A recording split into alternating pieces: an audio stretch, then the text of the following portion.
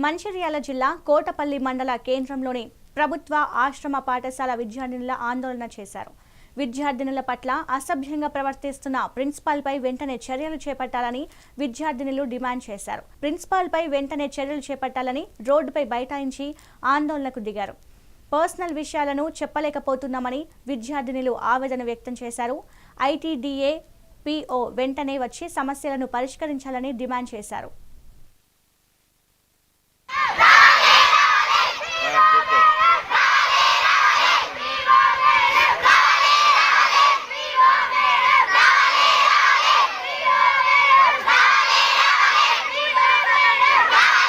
PO madam PO గారికి complaint చేసినాం, DTDO గారికి కంప్లైంట్ చేసినాం.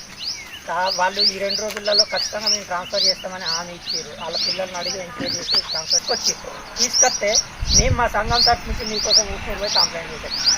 ఆల్రెడీ కంప్లైంట్ రిజిస్టర్ అయింది.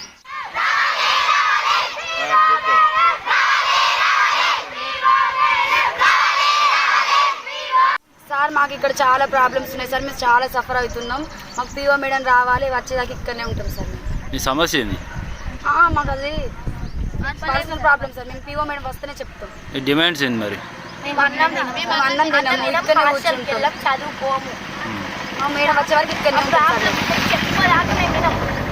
మేము మేడం చెప్పిన తర్వాతనే వెళ్తాం సార్. మేడం వచ్చి ఇక్కడికి రావాలి, మేము మేడం వచ్చే వరకు ఇక్కడనే ఉంటాం సార్.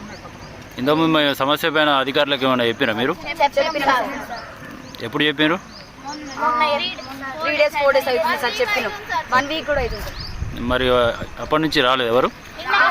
నిన్న వస్తా అన్నారు, మొన్న వస్తా అన్నారు, చూసుకుంటే ఉంటున్నాం సార్. అందుకే ఈరోజు ఇక్కడికి వచ్చాం. ఇప్పుడు మీరు సమస్య చెప్పుకున్నాక ఎవరు రాలేదు మీ దగ్గరికి? ఇంకెవరు రాలేదు. మీరు వచ్చారు సార్. ఎవరు వచ్చారు సమస్య చెప్పుకున్నాక? జయశేఖర్ సార్ వాళ్ళు. ఎవరు వాళ్ళు? బాణి రమేష్ సార్ వాళ్ళు కూడా వచ్చారు సార్. చెప్పిన వాళ్ళు ఎవరు? ఆదివాసి సంఘం నుంచి వచ్చారు సార్. ఓకే, కానీ అధికారులు మాత్రం ఎవరు రాలేదు? ఇంకెవరు రాలేదు సార్.